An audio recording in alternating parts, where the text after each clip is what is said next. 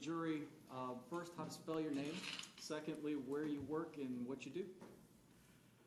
My name is Hirotaka Nakasone, Hirotaka. Last name is Nakasone. Currently, I'm assigned to the Operational Technology Division of the FBI in Quantico, and he performs a variety of duties as a senior scientist. I conduct research and development activities for the development of automated speaker recognition systems, and also as a collateral duties, I perform on routine basis voice-related forensic examinations, including speaker recognition, speech analysis, and acoustic analysis of signals we encounter, including gunshots analysis.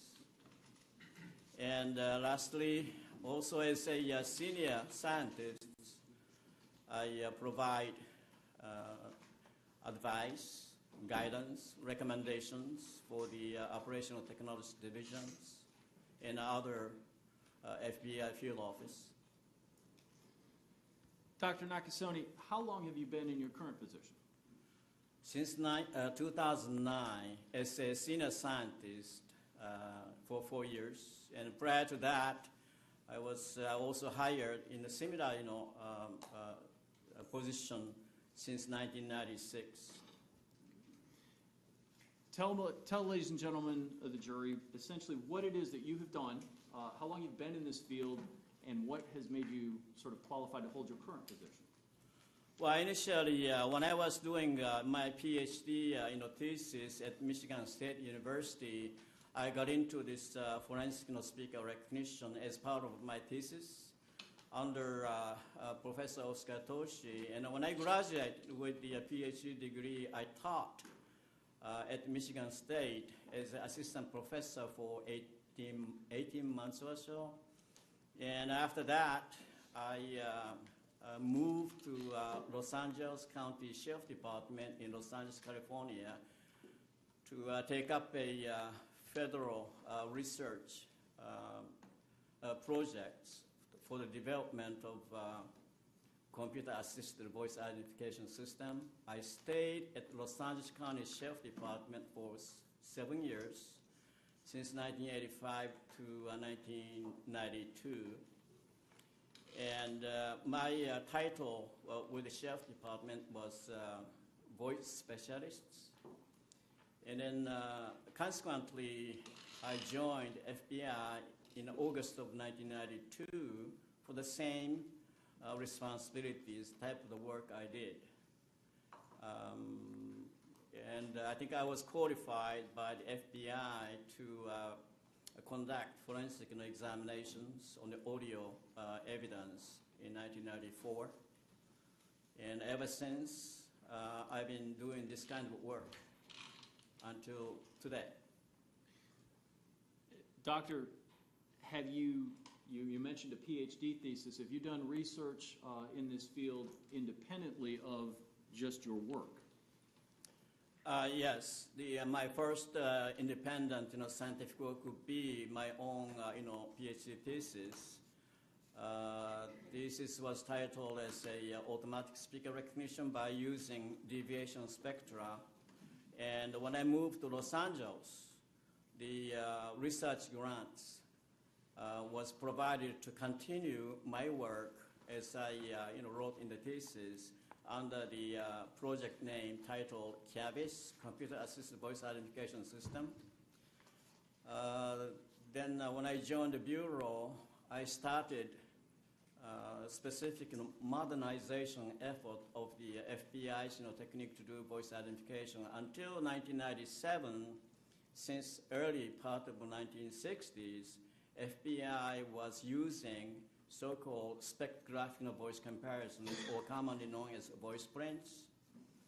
And it was getting to be very ineffective to establish scientific validity because of the subjectivity in the examination involved. So in 1997, I was charged to look into modernize, speaker recognition technology. So after that, I initiated a lot of research projects to identify any existing technology viable for forensic applications.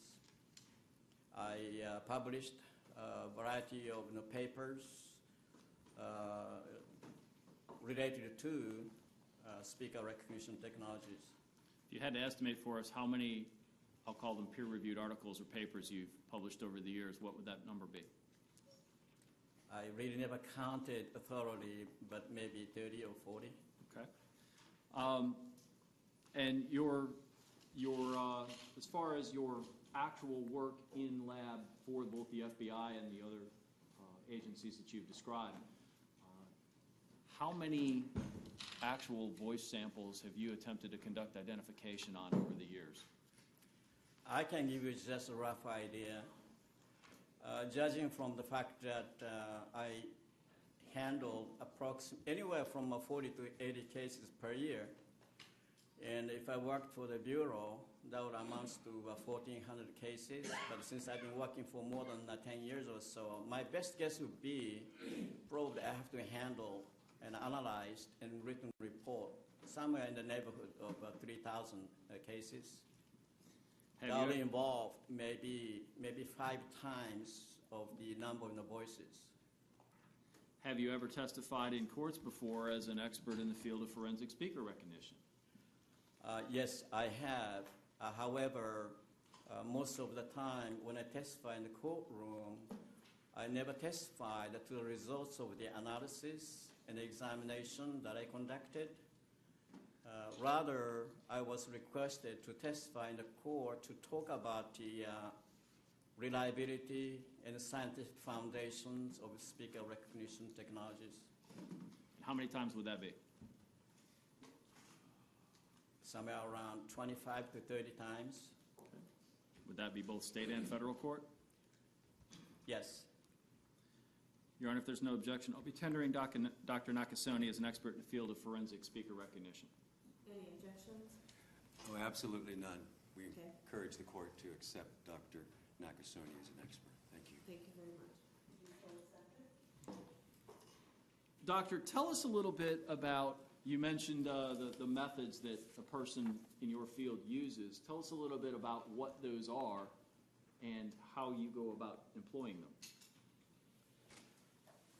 According to the Scientific Working Group for Speaker Recognition recently formulated, the members identified there are a number of methods used. The first one is known as a automated or computer-based speaker recognition, and phonetic-based voice comparison, spectrograph voice comparison, and then oral or by listening comparison method. And all of those, the methods are being practiced by different scientists who are in the different disciplines. Of course, phoneticians will utilize phonetic approach, and the listening approach might be done by phoneticians as well. And the people who are involved in the development of automated speaker recognitions, they are mostly scientists and engineers and computer scientists with advanced degrees. And they reside in the government agencies, industries, private, not only in the US, but pretty much throughout the world. You mentioned that there are differences between what you referenced as the oral or listening approach and automated approach. Is that the one that involves the computer assistance? Yes. Even when a scientist might say, including myself, we are utilizing automated method, there is only underlining routine, which is the listening methods. The computer algorithms, that's a mathematical or statistical approach, is highly complicated, highly advanced, it's fairly accurate, but this kind of technology still must be supervised by properly trained examiners? Let me start with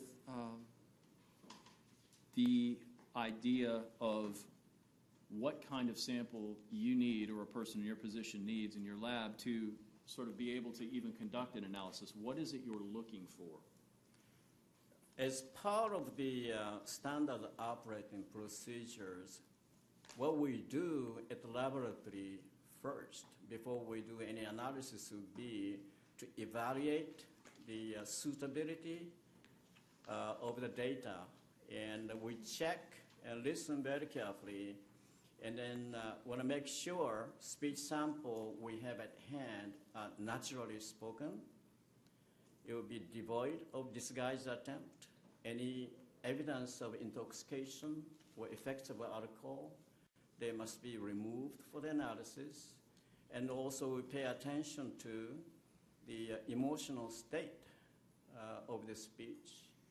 If the person is uttering voice samples with the extreme, happiness, the voice will be too joyous, including lots of giggling and laughter. Those must be removed for the analysis. Sometimes we run into voice being uttered when the person is going through stress or undue depression. This voice must be also removed. And any other unnatural voicing, say like yelling, screaming, or mourning, this type of voices must be removed for the analysis under the standard operating procedures. And when the speech is determined to be natural, then we will check the other aspects of the conditions. For example, the duration must be at least 30 seconds after blank or silence removed. Usually we can do a meaningful analysis if the voice sample is 30 seconds, 1 minute, maybe up to 3 minutes or so. After 3 minutes, the performance sort of hits the ceiling. But when the speech sample, say, drops down to only 10 seconds, 14 seconds or so, examiner has to conclude that the voice, quality is not, duration is not really good enough for us to analysis. And then we will also check the amount of reverberation included in the speech. If there is a long time reverberation in the recording, we remove. We do not proceed to the examination. Another thing is that suppose we have two voices to compare. One coming from recorded, incriminating recording, and the other voice is coming from suspect's voice recorded in the quiet room, whereas incriminating voice was recorded through telephone line. And if that telephone line has a bad quality, these days, most of the telephone, especially landline, carries decent quality. It can be usable, but depending upon the cell phone type, poor type of cell phone, that distorts human voice. And when we have to confront this kind of disparity between the two voices we are comparing, the examiner is mandated to stay away from further analysis. So you've talked about sort of some of the factors that affect your ability to conduct an analysis. I think you mentioned that there are variations in what is going on with the speaker in terms of their mental state or their physical state, their emotional state, the way that the speech is expressed. And you were just talking about sort of variables that could go on with the mechanism of the recording, the cell phone distortion and that sort of thing. Are there other environmental factors, the distance between the recording and the microphone, for example? Are there other factors over and above just those with the speaker and the microphone that could have an effect? Yes, thank you for bringing that up. The effects of the distance to the voice is also regarded as something we have to be careful. There are two terms to describe those. The first one is a far-field recording versus near-field recording. when we typically talk on the phone, our lips are very close to the microphone, maybe an inch away. That's a typical near-field recording. It captures our voice very clearly.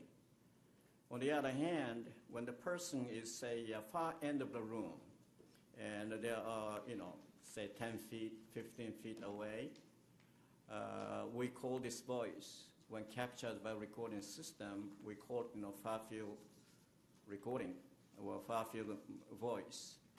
And far-field voice has problems because not only the weakened signal, it has a noise convolved with it, mixed with the noise created by the room, and also reverberations and echoes created by multiple bouncing walls. That sort of smears the voice. And another thing is that far-field voice tends to have very poor signal-to-noise ratio. Signal-to-noise ratio is the ratio of signal divided by noise plus signal. Say like in this courtroom, the signal level, when we measure it by sound pressure meter, it might give something like 40 dB decibels. And I'm talking probably with the total of about 80 dB loudness, and the signal-to-noise ratio is sort of, it's a logarithmic expression, but when we do a calculation in dB, we just use subtraction. So 80 minus 40 gives me the voice. My voice will carry about 40 dB signal-to-noise ratio, and that's what you hear. And 40, 20 is 100. Okay. It's more than 1,000 times. My voice is not louder, 1,000 times than the ambient noise you hear. Now, typical telephone conversation carries anywhere from 20 to 30 dB signal-to-noise ratio. But when the person's voice is far-field, that would become something like maybe less than 10, 5 or 6 dB signal-to-noise ratio. And that kind of level of the signal is not really suitable for analysis by computer approach. It doesn't preclude human listener, though. Human brain or human has better system to analyze that kind of poor signal. Let me ask you more specifically about the samples in this case, State versus Zimmerman.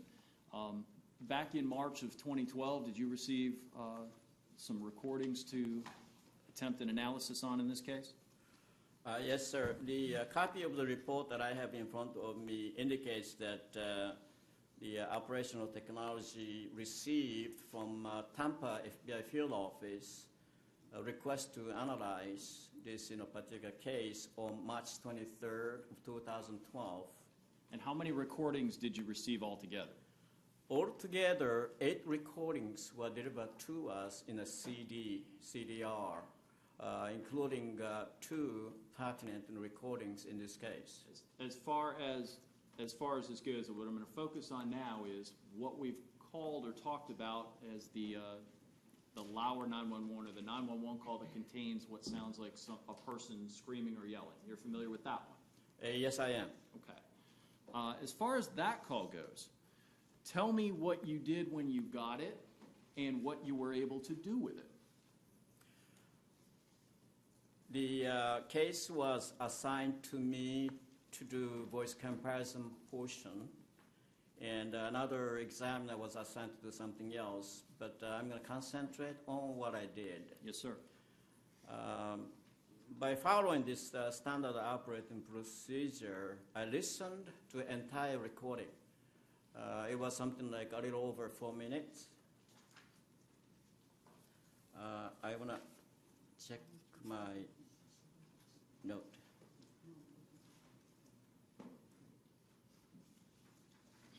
I correct 4 minutes to 2 minutes, 34 seconds. And out of 2 minutes, 34 seconds, the pertinent portion was somewhere around 45 seconds, starting from the beginning of the recording until there was a loud noise, almost like a gunshot-like audio event. And that duration was about 45 seconds.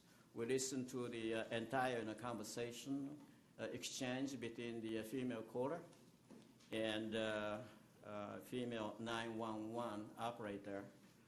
And when I was listening to those conversation, of course, I could hear the voices going in the background, altercations, somebody is yelling for help.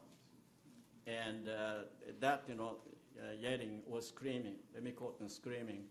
Screaming goes in and out when the dispatcher and the female caller were talking, and sometimes the screaming comes up isolated from those. But since we cannot really analyze any voice which is stepped over by something else or superimposed with other people's voice, I discounted those in the area and came up with somewhere a little less than 3 seconds. 2.53 seconds of screaming was sort of standing by itself. So let me make sure I've got this clear, Doctor. There were, as you referenced, in that 45-second portion, there was a series of that, what you've described as a screaming noise. How long total, both what you call stepped on and unstepped on? Total, if I combine all of those segments, it reached a little less than 19 seconds, 18.80 seconds or so. And of those, 16-some seconds were completely overlapped by other voices, and less than a little 3 seconds, 2.53 seconds, was the only area where nothing else but screaming was coming through. And what were you able to do with that amount of sample and that type of sample? We checked, and I have to render my final conclusion. That type of voice sample utterance is not fit for the purpose of voice comparison, and this is a mandate. And this kind of judgment is based upon the research and also common sense type of understanding among scientific communities. So you concluded, based upon finding out what you told us about 18 and 16 in about 3 seconds and the type of recording, that you couldn't make a comparison. Am I understanding that right? That is correct. Okay. Is there something about the nature of the sounds itself, independent of the shortness of the sample or the other complications that you've already discussed, that also made it harder for you to be able to even conduct a comparison in this case?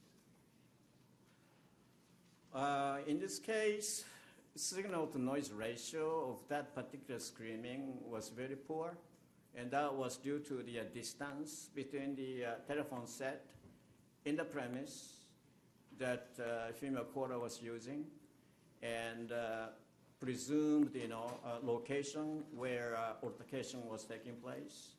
But of course, we didn't have any visual information of those geometric information, but by listening, we could tell that was far-field recording.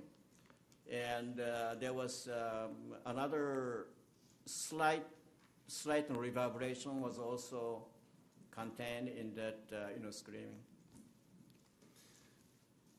Doctor, independent of whether you can compare a sample like this to a known sample of someone's voice, which you said you could not in this case, are you able to, what sorts of things are you sometimes able to tell about determining the age of a person who's giving a sample?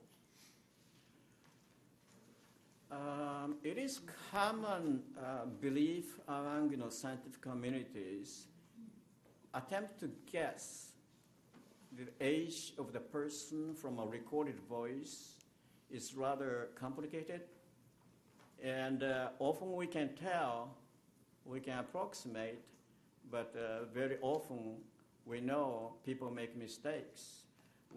When we hear on the phone someone's voice, say a young man's voice coming through, and I may think, oh, this guy's very young, 20 years old probably, but it can turn out to be 55-year-old, talking.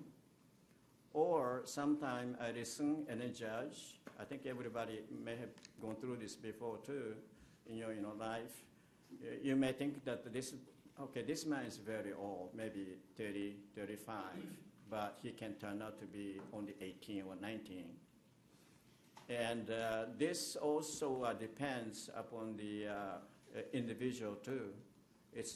So guessing age is a little complicated.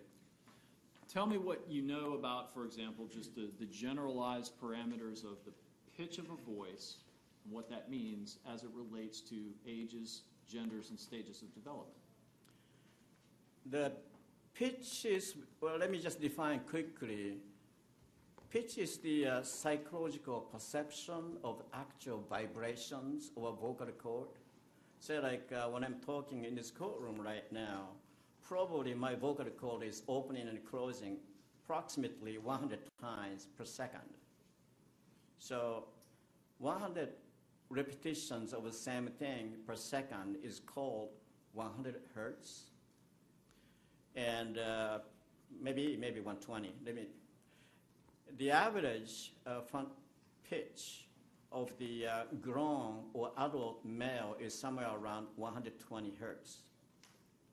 Now, on the other hand, the average adult female voice has about 220 hertz per second. It's twice as high as men. Now, on the other hand, a small child produce somewhere around 400 hertz on the average. Small children has the highest pitch.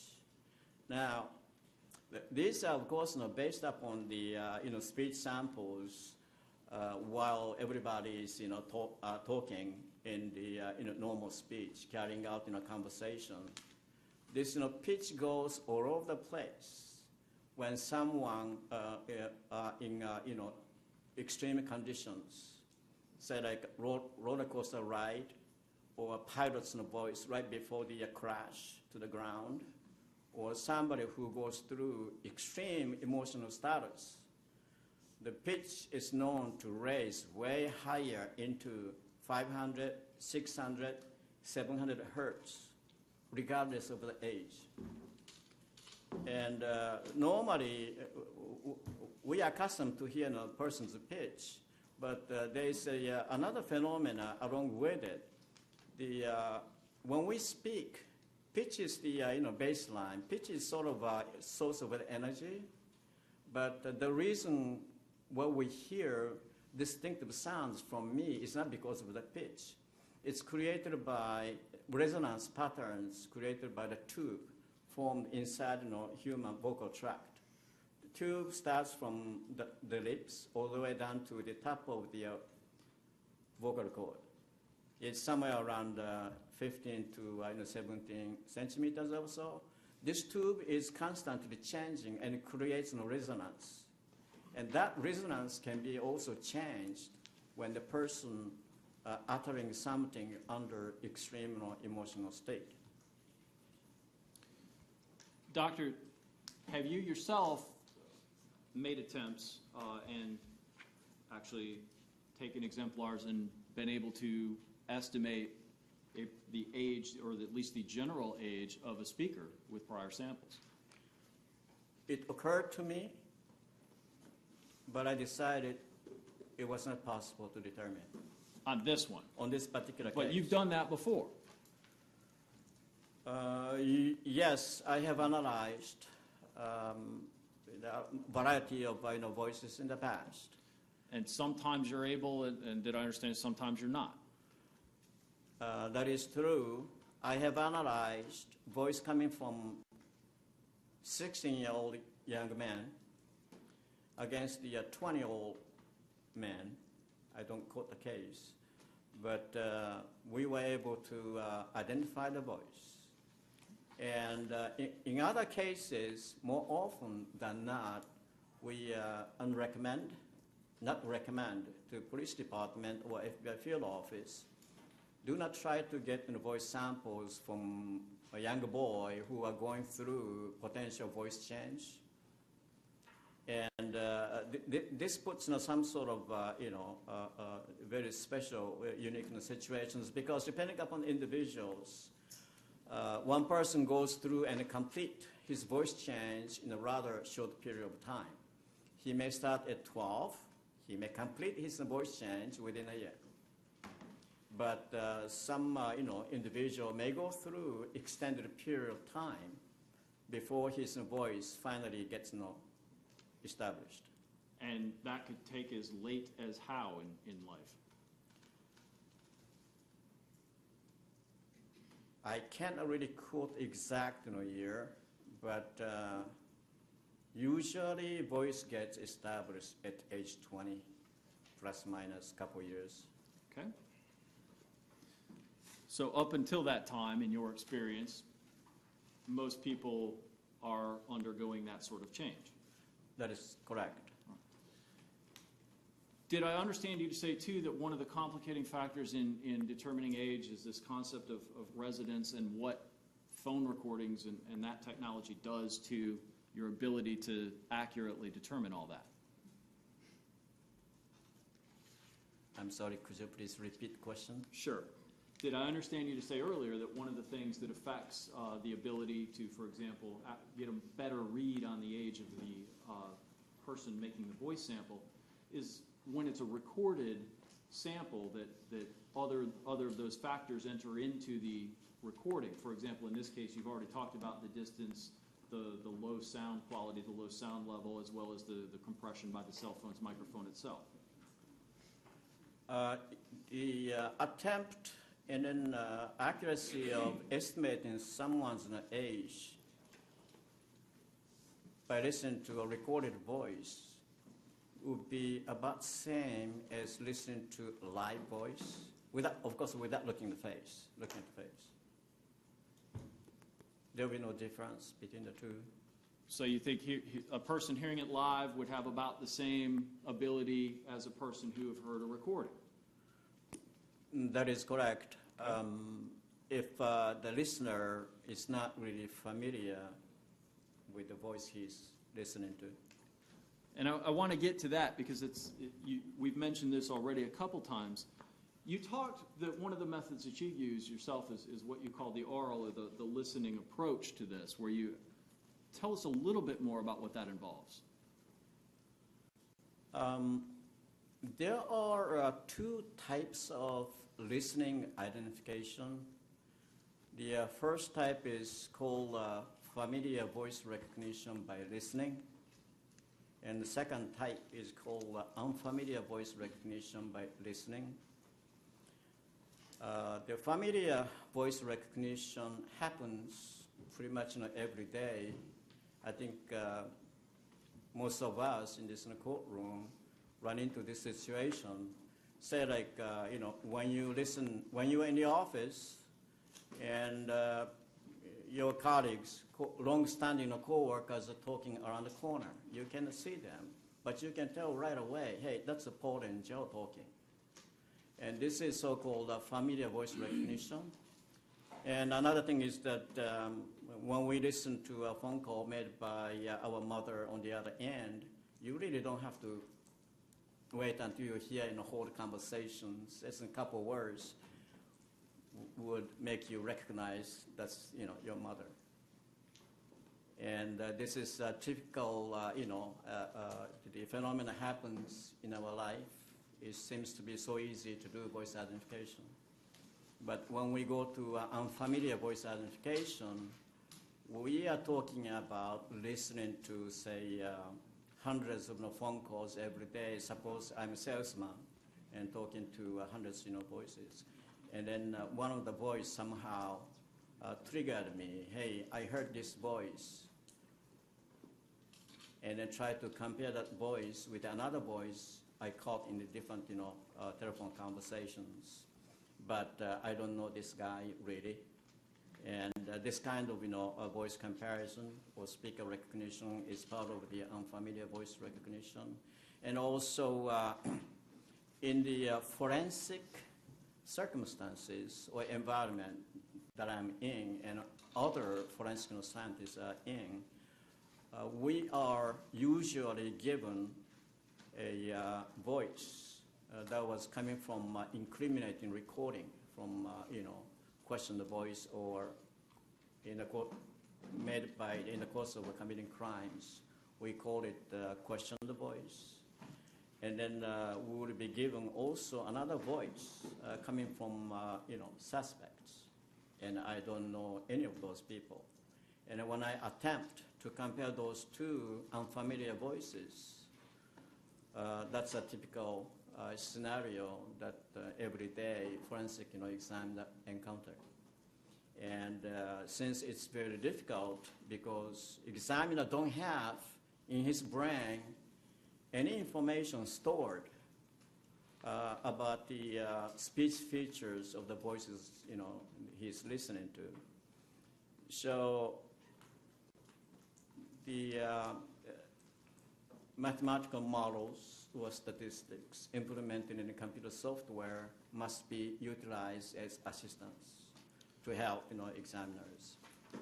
So do I understand then that for unfamiliar voice recognition, which is most of what you do, if you're going to use those other techniques you've described, you need to have the type of sample that you've earlier told us you need. As it relates to just the listening type of analysis, which is, when you have a sample like this, which is going to be more suited for making an identification based on a familiar voice? If we were to have persons familiar listen to it, is that going to be superior, at least for this type of sample, than just trying to do it on an unfamiliar basis?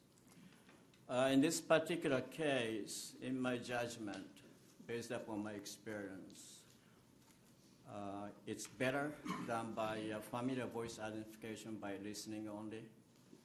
And as I mentioned before, no, I haven't mentioned that yet. I'm sorry. It's all right. But there is a set of requisites for the familiar voice recognition is regarded, reliable and valid. For example,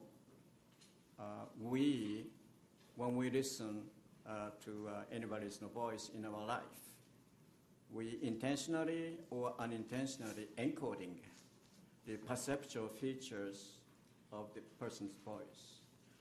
When he is speaking normally, slowly, excited, emotional, all of these are stored in my brain. And then I also must have an ability to retrieve those features when I'm confronted with a task to compare later voice. And then I gotta have the ability to compare a particular feature generated from later voice against features stored in my brain. So in other words, for this particular case, best approach would be familiar voice recognition by the individual who have heard him in his whole life, speaking, uttering in a variety of conditions, including screaming, yelling, under similar setups. So do I get what you're saying then is it would be better if you were attempting to a familiar voice identification to have someone who has heard the potential subject here under a variety of conditions as opposed to simply, say, talking to them back and forth in a courtroom or a meeting or something like that? Yes, sir, that is correct. Okay. And that would be about the best approach you could take given this particular sample? Yes, sir. Okay. Thank you, Doctor. If I could have a moment, Your Honor. Mr. May? That's all the questions I have. Okay, thank you. Cross?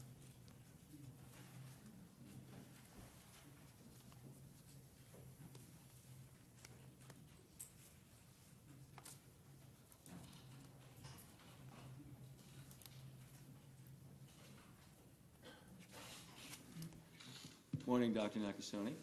Good morning, Mr. West. Nice to see you again. If I could have this marked, please.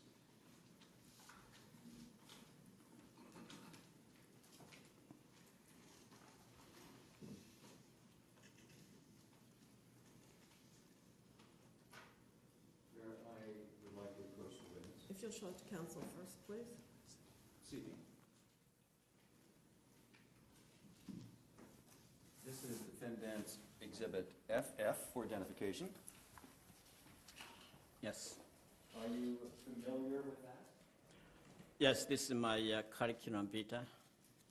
And in addition to the training and experience that you talked about a moment ago, does this contain references to your publications and research and other life experience as a voice expert?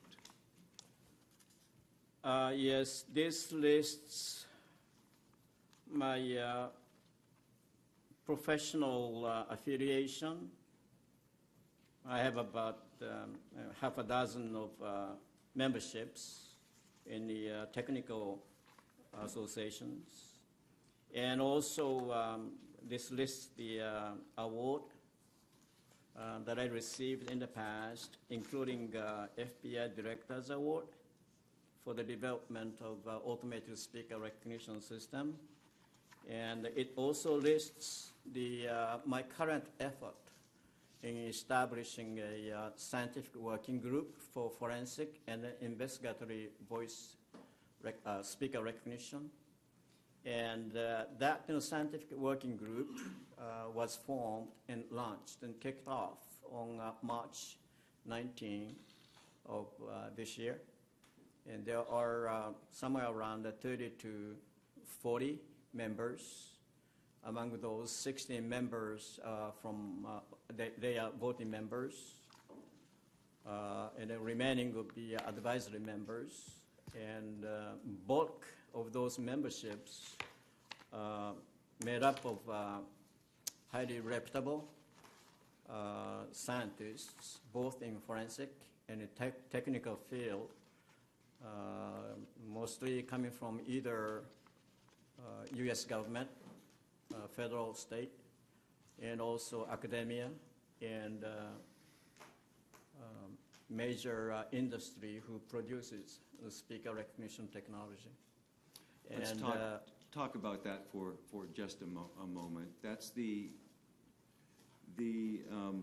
working group that you mentioned in your direct examination that you're focusing on now is a group of scientists, speech or voice identification, voice comparison experts that have pulled together to meet regularly in the issue of speech or speaker identification?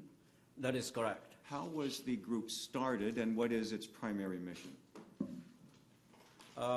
The concept of this scientific working group was born in 2009 when the interagency symposium was held, and we recognized that there are lack of consensus or integrated or coordinated efforts in establishing common standard operating procedures. And it took about 3 or 4 years before we can actually form and construct this scientific working group. The missions and the goals of this scientific working group includes the preparation and then the publication of the guidance for the practice of the speaker recognition, and then recommendations for research activities, and also legal advice for the practitioners, and also the harmonization of the variety of speaker recognition methodologies amongst scientists, engineers. And what is your role on that working group? I am the elected chairperson of that scientific working group. And there are 4 subcommittees underneath of my chairmanship. One is known as a Research, Development, Test, and Evaluation Subcommittee. And another one is the Best Practice Subcommittee. And then third one is Interoperability Voice Standards Implementation Subcommittee. It's just called simply Type 11. And then number 4 is the Science in the Support of Law Subcommittee. As a result of your work with this group, does that bring you in contact with some of the most distinguished voice scientists in the world, including yourself? Prior to my earlier testimony, of course, I have not spoken to anybody, but lately I've been getting a lot of emails pretty much throughout the U.S. and also across the world that reputable scientists do agree with me in terms of the analyzability of the voices while produced in screaming. And everybody, most of the scientists believe that there is no validity, and therefore results of the analysis would be utterly unreliable if anybody analyzes that voice for the purpose of voice identification by utilizing advanced electronic device or computer algorithms. Your working group, did you found this group? I helped coordinate it and succeeded in getting the funding to establish this. Actually, this particular scientific working group are sponsored by the FBI and also sponsored by National Institute of Standards and Technology. Is the acronym for that NIST? That is correct. And is that the former National Bureau of Standards? That is correct. Thank you. The funding came from your efforts and is participated, the funding also, there's a funding participation with NIST? Yes, NIST, the function of the NIST for this particular effort would be administration of the speaker meetings, activities, and remote conferences, and then coordination of the website. And also they provide technical assistance because after all, NIST is the one who has been providing technical evaluation of the speaker recognition technology since 1996 throughout the world. And they are reputable in terms of coordinating scientific and blind testing of the performance of technology for voice identification, including not only in the computer domain, but also in utilizing human listening abilities, known as a HASR, H-A-S-R, human-assisted speaker recognition. Dr. Nakasone, you're talking about NIST's efforts to promote evaluation of these various methodologies that you've touched upon, and so that if somebody has a methodology that could further the speaker recognition industry, they're invited to submit it to NIST as one of their programs evaluation and be recognized by the scientific community. Is that basically what you're saying? Yes, NIST function, as far as I understand because I have participated since 1998. Every speaker recognition evaluation by the NIST. The goals or missions of NIST, speaker recognition evaluation is promotion of the science, and then evaluation of the technology developed by participants. However, though, they are not really charged with evaluation of the system as applied in any specific areas. They do technology evaluations, but they really do not do yet, as of today, application-specific evaluations. Maybe it's best if I just come up with an analogy, like automotives. We have engines inside, and that engine could be mounted on any kind of cars, and then perform differently. So NIST sort of evaluates performance efficiency of the engine itself, but they don't really go up to how this engine is mounted in what kind of body style. Someone, though, who has a methodology for analyzing voices has the opportunity to submit that methodology in a hands-on trial to test the performance. Is that correct? Mr. West, can you rephrase the question?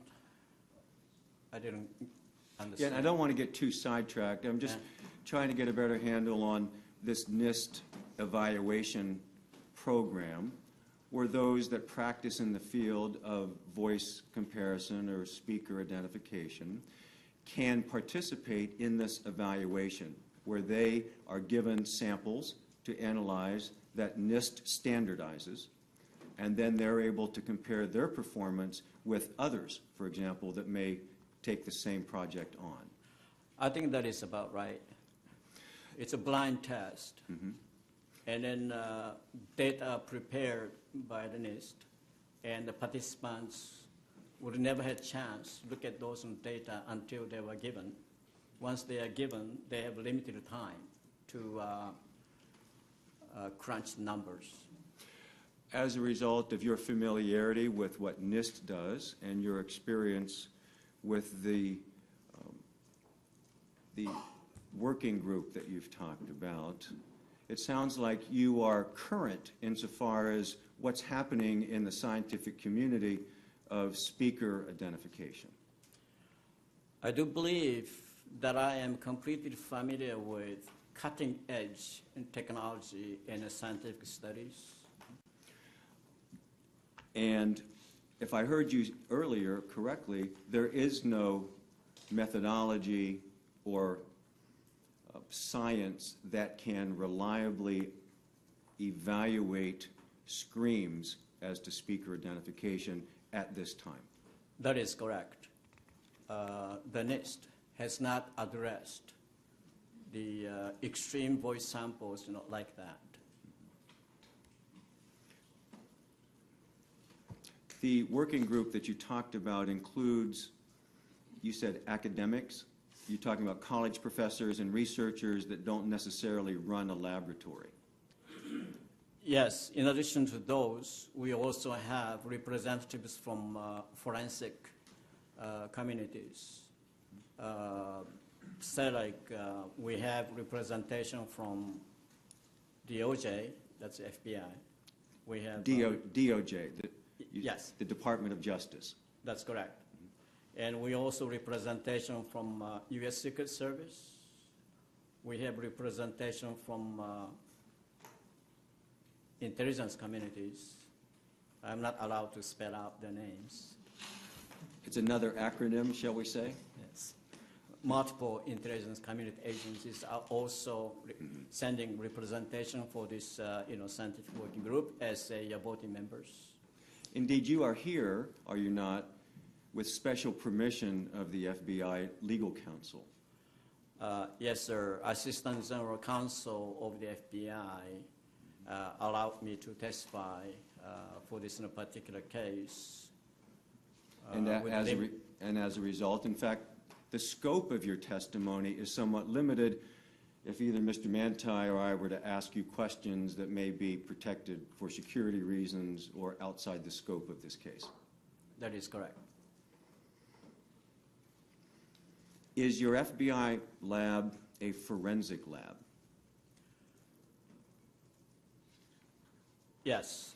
And I want to just have you address that for a moment. The jury may not know what forensic means in the context of the work that you do. By forensic, I'll summarize it, or you correct me, or that it's with a focus toward evaluating evidence for possible use in a courtroom setting.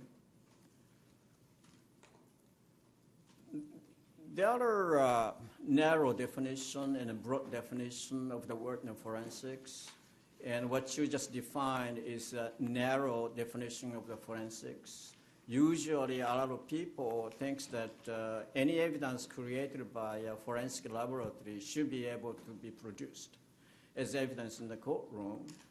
However, there is another interpretation, which is the broad definition. Forensic simply means the analysis that is being conducted for the purpose of, investigative guidance, criminal investigation, or terrorist investigations. So, in other words, if one of those agencies that's only known by its acronym were actively engaged in investigating terrorist activity, it may or may not ever get into a courtroom, but that would be considered under the broader definition as a forensic application of this science. That is correct. What they are doing might be using the same technology for investigative purpose by utilizing forensic style. Sometimes forensic style means added rigor of the analysis, and the examiners will be doing analysis and writing report always as if he would be subpoenaed by the court. And everything they write must be substantiated by the evidence, substantiated by the actual analysis. And also, in my area, no single examiner can issue final reports. Usually his decisions, including in this particular case, second examiners have to go through independent analysis and confirm the results. And if there are no confirmation, sometimes, it happens often, the examiner has to move into conflict resolution. And only after there will be a consensus between the two examiners, report will be finally approved and go out. Is that what you meant when you said a forensic context has added rigor? Yes, sir. And in your laboratory, you have other scientists review the work before a final report is issued? Yes, that's mandated. And does sometimes that report, or does that work include blind panel testing or blind review of the information? That happens under situation where when we were asked, said what words were being spoken, and that word turned out to be buried in the noise, very signal to noise ratio, and when we are afraid that listeners, bias can play into the decision, we'll move into this blind test. The primary examiner will lead this, and the primary examiner called one exam at a time, not without telling him what he ought to be able to hear. And then usually anywhere from half a dozen to 1 dozen of independent examiners will be involved in this type of, a blind test. And each examiner would listen to the questioned recording or perform his or her own analysis without first being exposed to the opinion of any other analyst? That is correct. Exposing the other examiners with the preliminary judgment made by the primary examiner would lead to guaranteed bias. So everybody is trained, every examiners in our laboratory are trained not to induce any potential bias. I take it it's well recognized that there can be that bias, that someone who listens to something at the same time someone else is may be influenced by the impression or the opinion of the person sitting next to them. There is always danger of biasing others. And in your setting, you would not tolerate that. That is correct. That's not just good laboratory practice, I take it. That would also be good law enforcement practice as they would investigate a case with voice samples. Objection, Your Honor. That's number one, outside the stated scope, and number two, outside his permitted testimony. Sustained. Here's a law enforcement. Sustained. Your Honor, could we be heard on that? I think that's an important issue that this witness is certainly qualified to talk about. Well, he's already been qualified as an expert when both sides agreed that he was an expert in voice identification. So please move on. May I make Dr. Nakasone my witness? That was the plan anyway. I'll just call him right this minute as my witness and ask him that question as my witness, not on cross-examination. He's not here as law enforcement or to testify as to what law enforcement does. So even if you were to do that, there would be an objection that would be sustained. Let me explore that then, thank you. Dr. Nakasone, who do you work for? I work for the Federal Bureau of Investigation. Is that part of the Department of Justice? That is correct? And before that, did you work for law enforcement in Los Angeles? Yes. Do you participate in training, both for yourself and to train others? Yes, I do.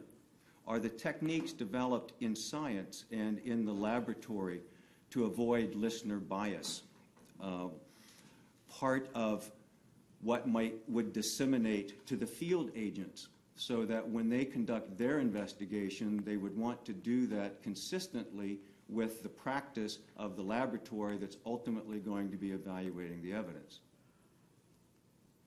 Our practice at the laboratory is meant to be applied by forensic examiners trained in our own environment, and that is being governed by the Digital Evidence Laboratory, which is accredited by ASCLD, American Society of Crime Lab Directories. And personally, I haven't really guided other law enforcement how to do it, except when I'm being asked by special agents, well, Dr. Nakasone, I have to do, I have to collect a bunch of people and then ask those people, listen to those voices. I would recommend him because he asked, please, avoid any talking among themselves to eliminate any potential bias. Mm-hmm. When I'm asked, I provide guidelines. When you're talking about the risk of examiner bias, that could carry over into the field if a subject recording that's being played for people... I object. Hear the rest of the question, and then you can object. That's being played for people for the purpose of identifying whose voice they are hearing, it creates a high risk of examiner bias if all of the people being asked to identify the voice are played the recording with each other in the same room at the same time, so that each other can see the reactions and comments of each other. That's not what I would like to recommend. Okay. There's If an I could. objection. We are well far afield of even the last attempt to develop this witness's expertise. He said, my training is for forensic examiners, laboratory people. He's not a law enforcement officer, a special agent, he doesn't train them, he occasionally would give advice. Therefore, we're well outside the scope of any expertise that this witness should be testifying about in general terms. If they want to call a law enforcement officer about potential interview bias, that would be the appropriate witness. This isn't. That's my objection. May I be heard at the bench? I have a constitutional Yes. argument to make. Thank you.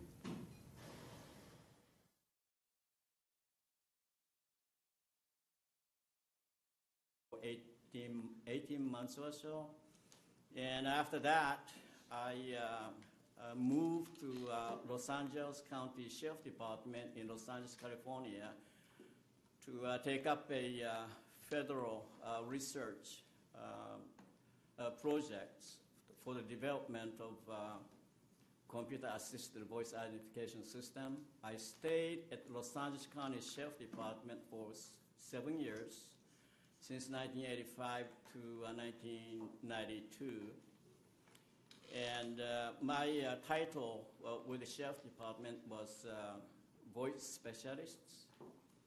And then consequently, I joined FBI in August of 1992 for the same responsibilities, type of the work I did. And I think I was qualified by the FBI to conduct forensic examinations on the audio evidence in 1994. And ever since, I've been doing this kind of work until today.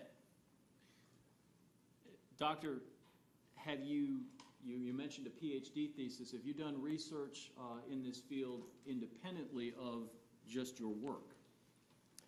Yes, my first independent, scientific work would be my own, PhD thesis. This was titled as a automatic speaker recognition by using deviation spectra. And when I moved to Los Angeles, the research grants was provided to continue my work as I, wrote in the thesis, under the project name titled CAVIS, Computer Assisted Voice Identification System. Then when I joined the Bureau, I started specific modernization effort of the FBI's technique to do voice identification until 1997. Since early part of the 1960s, FBI was using so-called spectrographic voice comparison. The computer assistants? Yes. Even when a scientist might say, including myself, we are utilizing automated method, there is only underlining routine, which is the listening methods. The computer algorithms, that's a mathematical or statistical approach, is highly complicated, highly advanced, it's fairly accurate, but this kind of technology still must be supervised by properly trained examiners. Let me start with the idea of what kind of sample you need, or a person in your position needs in your lab, to sort of be able to even conduct an analysis. What is it you're looking for? As part of the standard operating procedures, what we do at the laboratory first, before we do any analysis, would be to evaluate the suitability of the data. And we check and listen very carefully, and then want to make sure speech sample we have at hand are naturally spoken. It will be devoid of disguised attempt, any evidence of intoxication or effects of alcohol. They must be removed for the analysis. And also we pay attention to the emotional state of the speech. If the person is uttering voice samples with the extreme, happiness, the voice will be too joyous, including lots of giggling and laughter. Those must be removed from the analysis. sometimes we run into voice being uttered when the person is going through stress or undue depression. This voice must be also removed. And any other unnatural voicing, say like yelling, screaming, or moaning, this type of voices, or commonly known as voice prints. And it was getting to be very ineffective to establish a scientific validity because of the subjectivity in the examination involved. So 1997, I was charged to look into modernized, speaker recognition technology. So after that, I initiated a lot of research projects to identify any existing technology viable for forensic applications. I published a variety of papers related to speaker recognition technologies. If you had to estimate for us how many, I'll call them peer-reviewed articles or papers you've published over the years, what would that number be? I really never counted thoroughly, but maybe 30 or 40. Okay. And as far as your actual work in lab for both the FBI and the other agencies that you've described, how many actual voice samples have you attempted to conduct identification on over the years? I can give you just a rough idea. Judging from the fact that I handle anywhere from 40 to 80 cases per year, and if I worked for the Bureau, that would amount to 1,400 cases. But since I've been working for more than 10 years or so, my best guess would be probably I have to handle and analyze and written report somewhere in the neighborhood of 3,000 cases. That will involve maybe 5 times of the number of the voices. Have you ever testified in courts before as an expert in the field of forensic speaker recognition? Yes, I have. However, most of the time when I testify in the courtroom, I never testified to the results of the analysis and the examination that I conducted. Rather, I was requested to testify in the court to talk about the reliability. The jury, first, how to spell your name. Secondly, where you work and what you do. My name is Hirotaka Nakasone, Hirotaka. Last name is Nakasone. Currently, I'm assigned to the Operational Technology Division of the FBI in Quantico, and he performs a variety of duties as a senior scientist.